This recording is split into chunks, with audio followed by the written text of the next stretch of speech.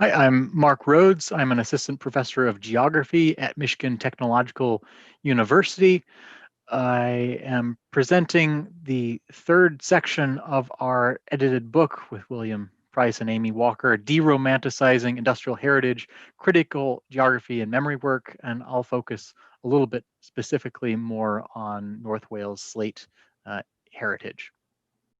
And I'm happy to follow up Will and Amy with the third section of our book, Deromanticizing Industrial Heritage, which we've subtitled here, Critical Geography and Memory Work.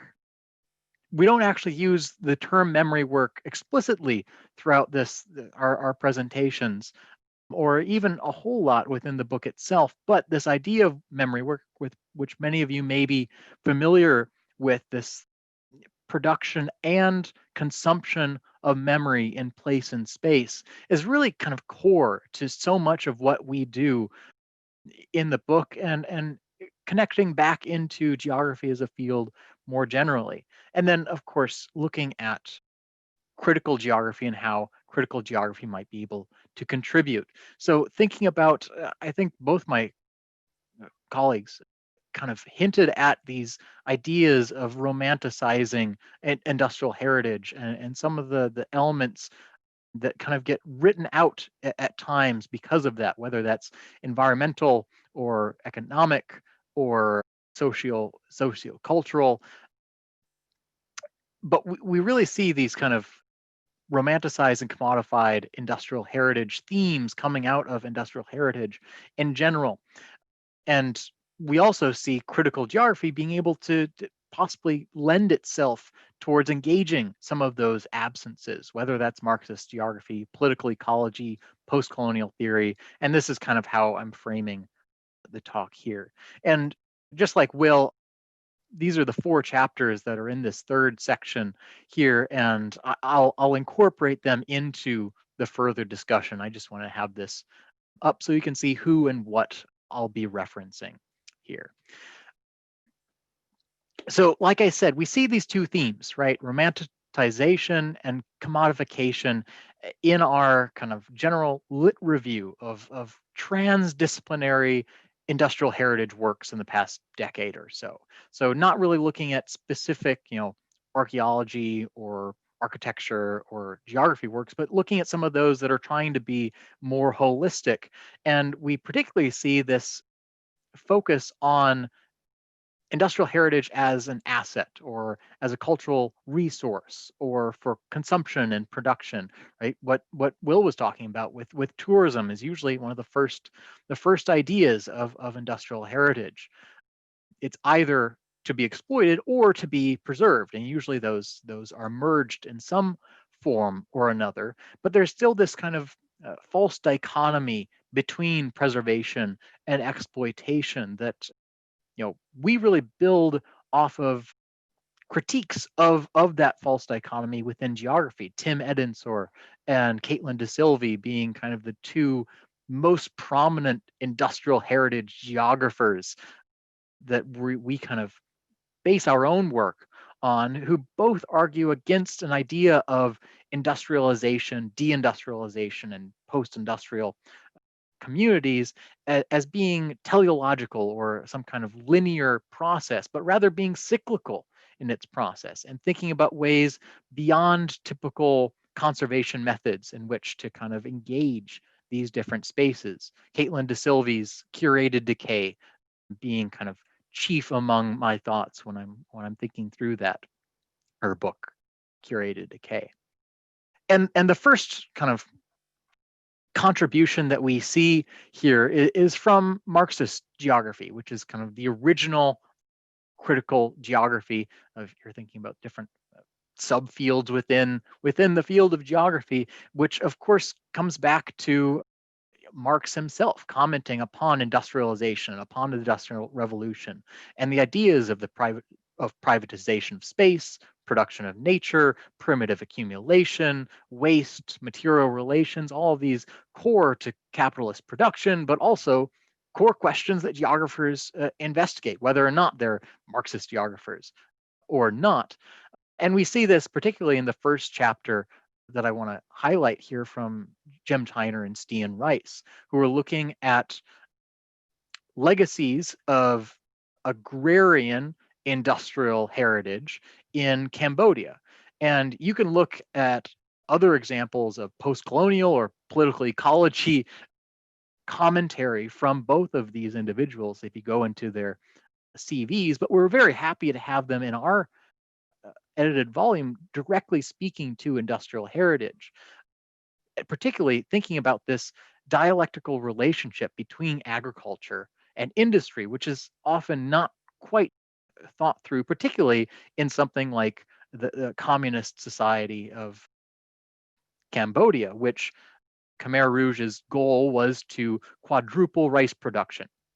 And already this surplus rice production is an industrial process, as acquiring the surplus production already would be qualified under, as industrialization, but then converting that surplus into profit at the state level to reinvest into manufacturing industry, which was the ultimate goal of the Khmer Rouge.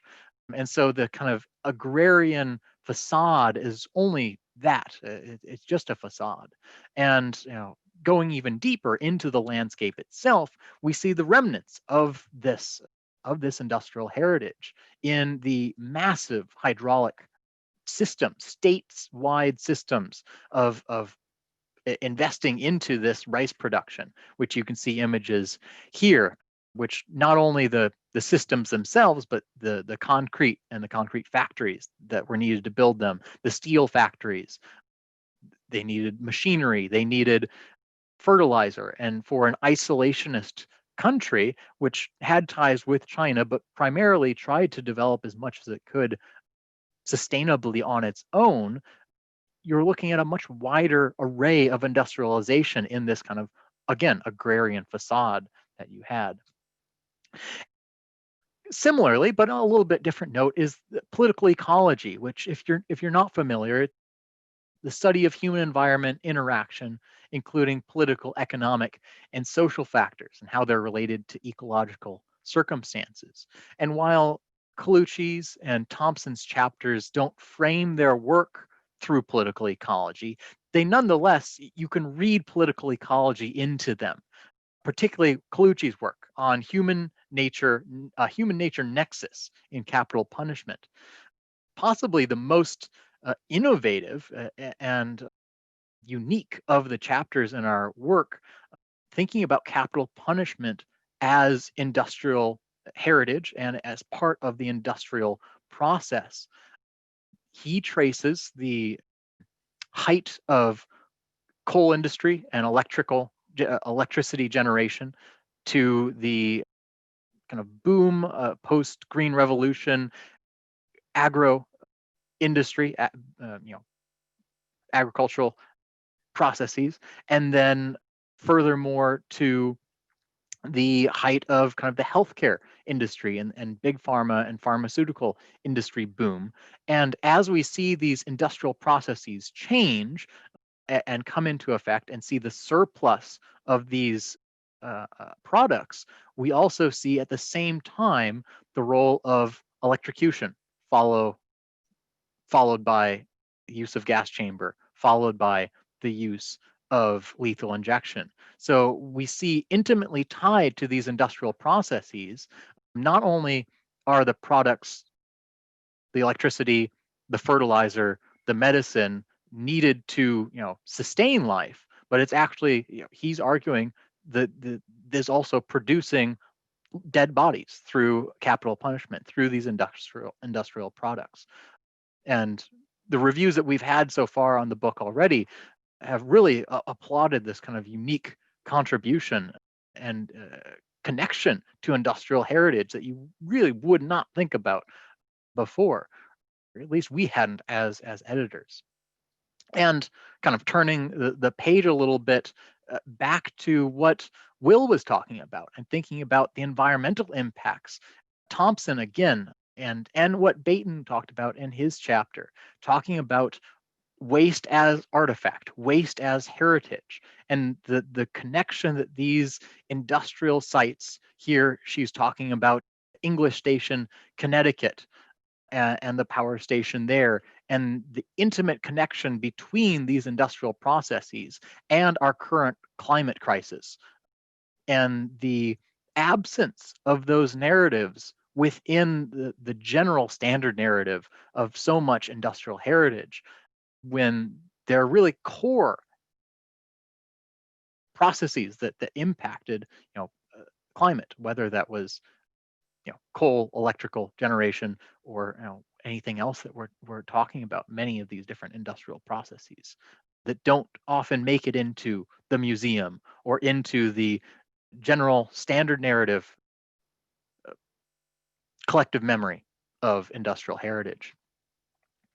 And my own work, again, is looking at some of these absences more in the post-colonial sense. And again, drawing back on the Banerjee work in the book, who are looking at examples from India and thinking about, again, trying to break down a binary of a post-colonial and a colonial process in industrial heritage, and rather thinking about it through post-colonial lenses, very deliberately not putting that hyphen in the middle. So it's not just post-colonial in that it's after colonial, but it's colonial in that it's living with the legacy of colonialism in whatever context that may be, whether it's settler colonialism or post-imperial or neo-colonial continued economic impacts in a society. And in my own case, I'm looking at those connections in North Wales, in the North Wales slate industry, which of course is connected into labor issues in North Wales. The Pennards and later the Penryns. You see Lord Penryn's Penryn Castle here, going in and basically stripping the land from the subsistence farmers in the Cambrian Mountains to establish their quarries. But what we don't hear from these narratives, and that story is told very much so in the sites in North Wales, in Penryn Castle, in the National Slate Museum in Llanberis. And what we see is this kind of national socialism emerge, because of course Wales is very much, and again, thinking about national identity as plural and fluid, so a national identity being kind of locked into this idea of a collective working class society, an organized socialist working class society, is very much part of Welsh national identity, or a Welsh national identity. And so we see that in these museum spaces, right? And this is from the film that you watch when you first enter into the National Slate Museum, right? Talking about the primitive forces which stole the mountain. So referring very directly to Marx's original sin of capitalism, of primitive accumulation. But when they're referring to that, they're referring to the impact on North Welsh farmers, and then the later labor exploitation that, like we already talked about, the health impacts from industrialization. And they're not talking about, well, where did the capital come from to build all of this infrastructure, the ports, the canals, the quarries themselves? Well, a decade before the establishment of the largest of the quarries was when Penryn inherited a plantation, 8,000 acres of sugar plantation and 600 slaves in Jamaica. And so those 10 years provided enough capital for reinvestment and primitive accumulation in North Wales. But that narrative isn't mentioned. It's not mentioned at all in the Slate Museum, and it's only mentioned as a footnote in the guidebook of the Penryn Castle interpretive information. And so again, there's this kind of absence to this narrative that critical geography can kind of help uncover a little bit. Kind of a shameless plug that I'm continuing to work through some of these questions in other ways, again, through sustainable tourism, kind of touching back on Wales, or on Will's presentation. And whenever COVID-19 loosens up a little bit, I'll be taking 8 graduate students over to North Wales to explore concerns that the community still has around sustainable tourism, and whether or not the environmental, social, and economic impacts will benefit or harm the community. And there's serious concern that once UNESCO status is established, the tourism might become unsustainable in the communities. So what's the future for geography in industrial heritage and archaeology? As kind of a concluding thoughts, first of all, again, another shameless plug that as long as I'm involved in the industrial heritage and archaeology program here at Michigan Tech, there's going to be some geography, just like Don Lafreniere, who's also in our department here, who is a geographer, more geospatial research. And we see other connections, right? University of Exeter, Deakin University in Australia have very close geography industrial heritage overlaps. But I think much more importantly is this role of critical heritage studies and the connections that critical geographies and the long legacies that we have in the field of Black geographies, of indigenous geographies, of Marxist geographies, feminist geographies, political ecology and human environment interactions, how these might be able to uncover not only the negative impacts of industrialization upon these marginalized populations themselves, but be able to reinterpret and insert a new narrative into the industrial heritage scholarship itself, which historically has until basically this year, which we really see kind of a shift happening now, is not engaged as much with these narratives. It's only this year that the National Trust in the UK, to intense pushback, has acknowledged the connection that many of their sites have to slavery and in over Twitter and other media platforms. Again, in light of the Black Lives Matter movement globally. And of course, we're going to continue to collect, manage, display, interpret spatial data. We are geographers, and spatial data is relevant to many fields, especially archaeology, of course. And like Amy kind of started this conversation out with, attending to these multi-scalar processes and overlooked places, both physical places and places within the scholarship of the field. And of course, I think we can't end without really thanking all of the authors, and particularly Will and Amy. This book, it might have started a couple years ago, but it really came together over the past few months during COVID-19, and all the authors kind of just pulling everything together, and the editors and indexers and everyone else. It's definitely been a team effort. I think everyone is very excited to see it seen through to the end. And so just kind of thanks to everyone involved in the process. And so that's it. And hopefully we have plenty of time for kind of a broader conversation over all three of our presentations.